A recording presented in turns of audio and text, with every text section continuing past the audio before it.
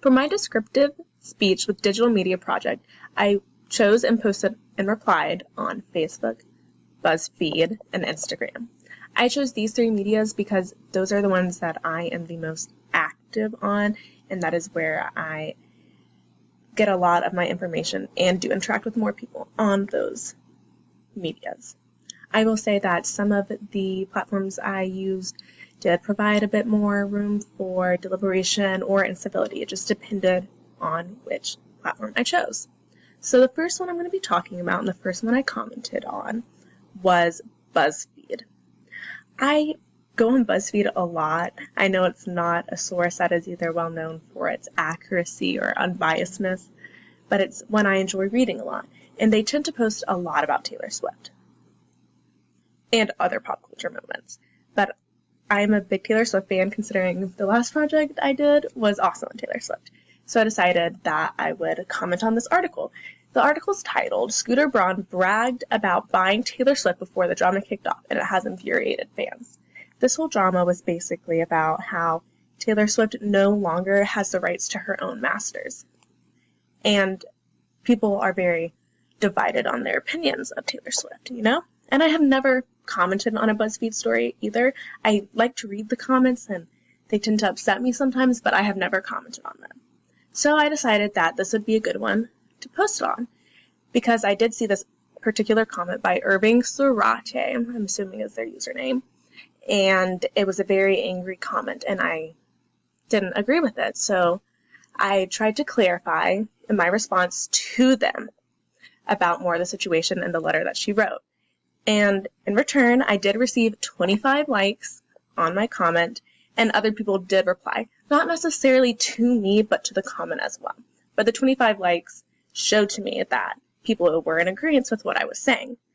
From what I learned from this was that BuzzFeed has a lot of grounds for deliberation. People tend to communicate a lot in the comments, but it's a very uncivil comment grounds. So I would say it leans more to incivility more than deliberation. That experience was very interesting. So now I'm going to be talking about the second post. So I tend to use Instagram a lot as a platform for my political beliefs, you know. I feel like it's a good way to interact with people without being too in their face. And I have a whole highlight reel on my Instagram dedicated to political memes or tweets or things that I find important for other people to see.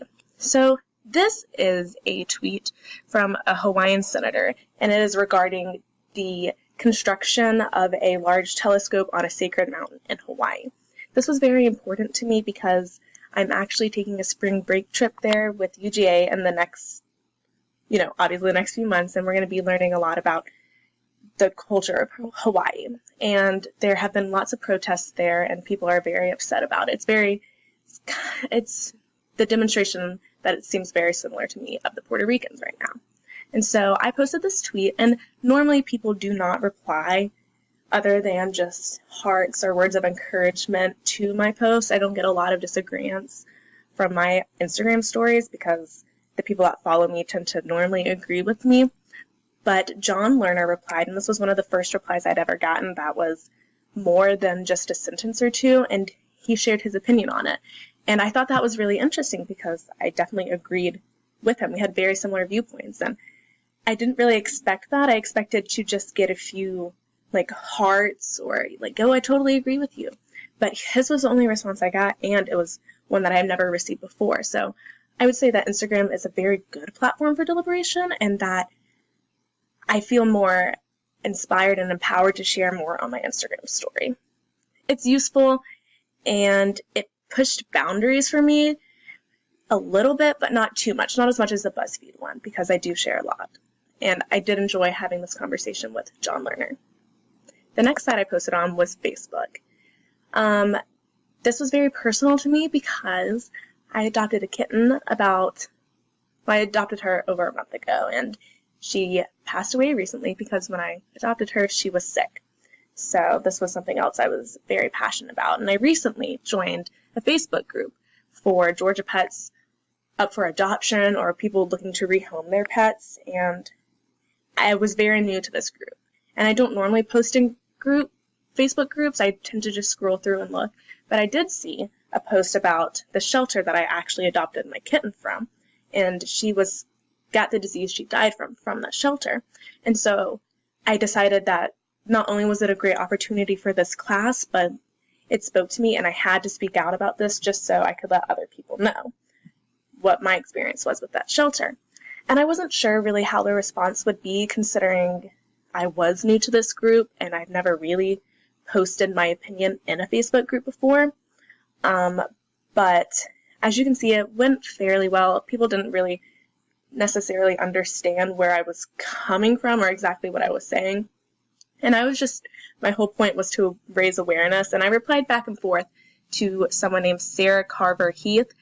But I did get one last reply from another woman, and I just chose not to reply to that one. I just wanted to see what she had to say, and she basically was encouraging and told me not to give up. Overall, I would say that this experience was very enlightening.